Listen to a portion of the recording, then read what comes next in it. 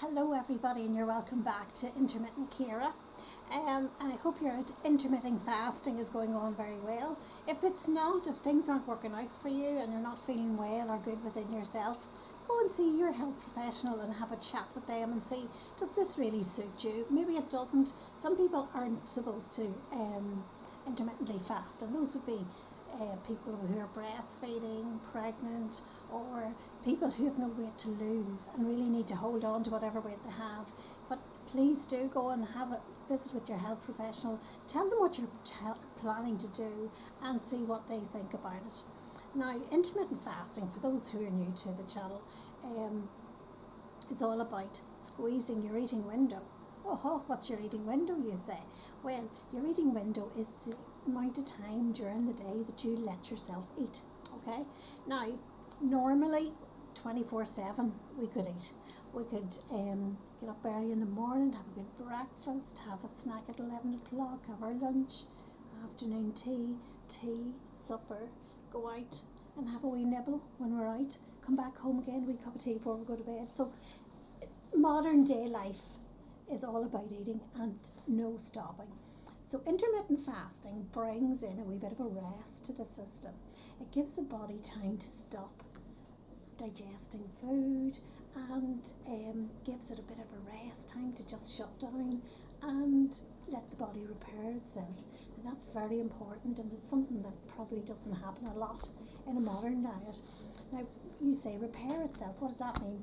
Well, it means that whenever the body has eaten all the glycogen that we've stored in it, it then turns to fat and it starts to burn the fat, okay?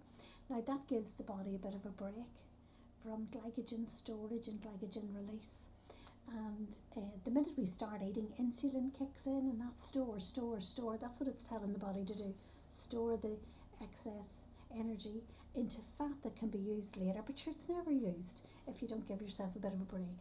So intermittent fasting is so important. Now, autophagy is what I was going to talk about there, and autophagy is where when your body is eating everything that's about, all the glycogen and all this here, it's tapped into the fat, it repairs dead cells within the body, gets rid of them, and rejuvenates new cells. So that's a really important function that your body wouldn't get a chance to whenever you're, eating the normal diet, which is now 24/7.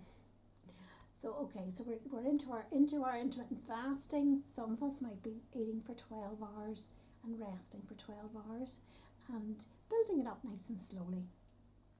Now today I managed to do a 20-hour fast, which is really good for me. But what helped me and what I think you should do is get a bit of support. Now for me, this channel is my support, and for you guys, I hope it's a bit of support as well. Get your friends on board, people who are wishing to lose weight, people who are wishing for healthier outcomes. Get them on board and get them started on intermittent fasting.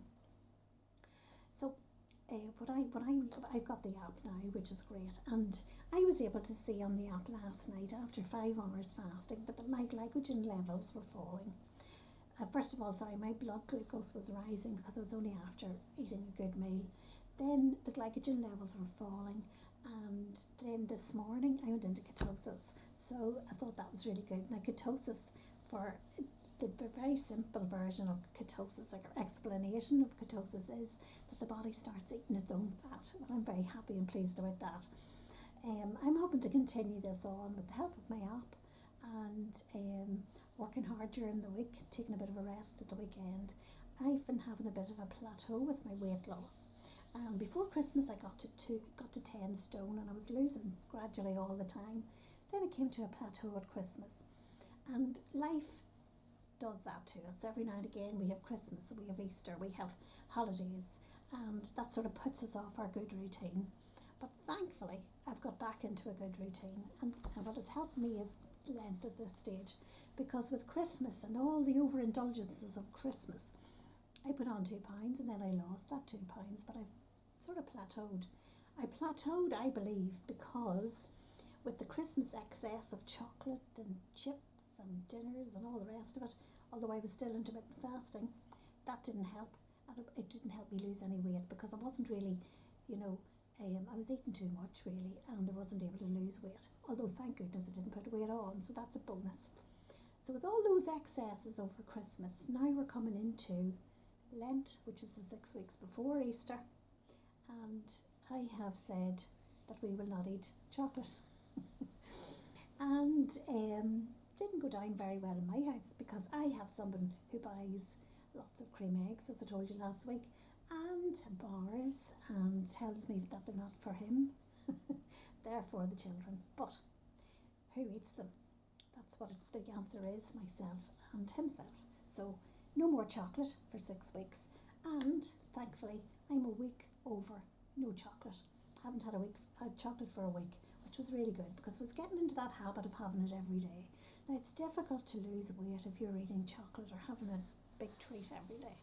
So I'm going to let myself have a wee cream egg maybe on St. Patrick's Day in March, or a cream egg on Easter Sunday. I'll see how I get on.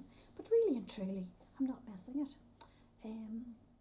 I had my last meal today, as I say, and I finished it at about 4:10, and it was 2 wraps, Caesar salad wraps, and I put a wee bit of peanut butter in it as well.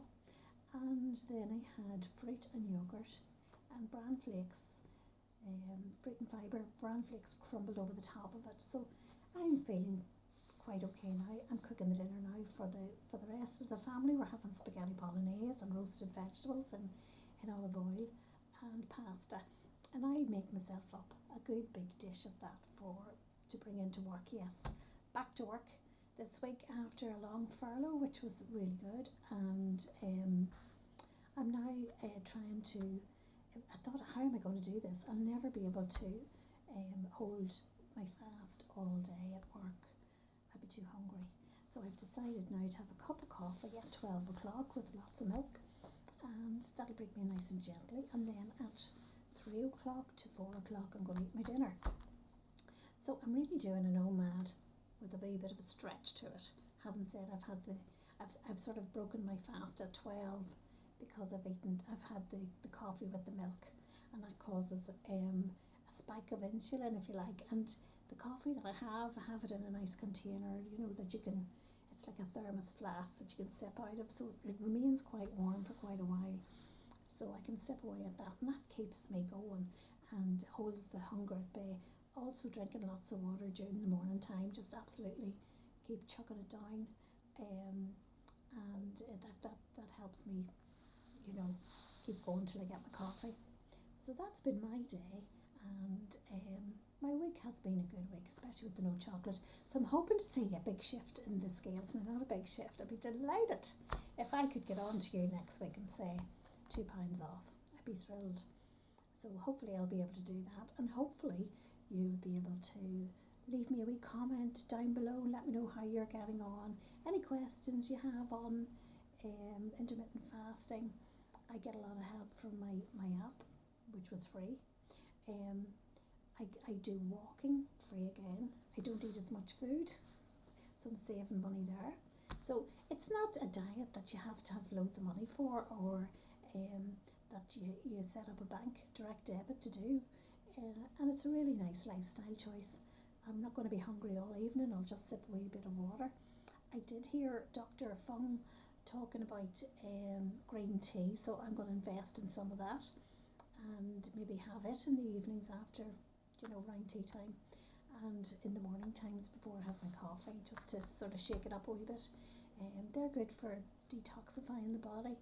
And when you're fasting, that's really what you're doing, detoxing your body, drinking plenty of water, flushing it out, getting rid of all the bad toxins that we all hold on to, and which really we carry around with us. Whenever we are carrying weight, we're carrying a lot of water retention. So that's all I'm going to talk about this week. Be good till next week. Work hard, and please leave me a wee bit of feedback. I'd love to hear from you. Bye.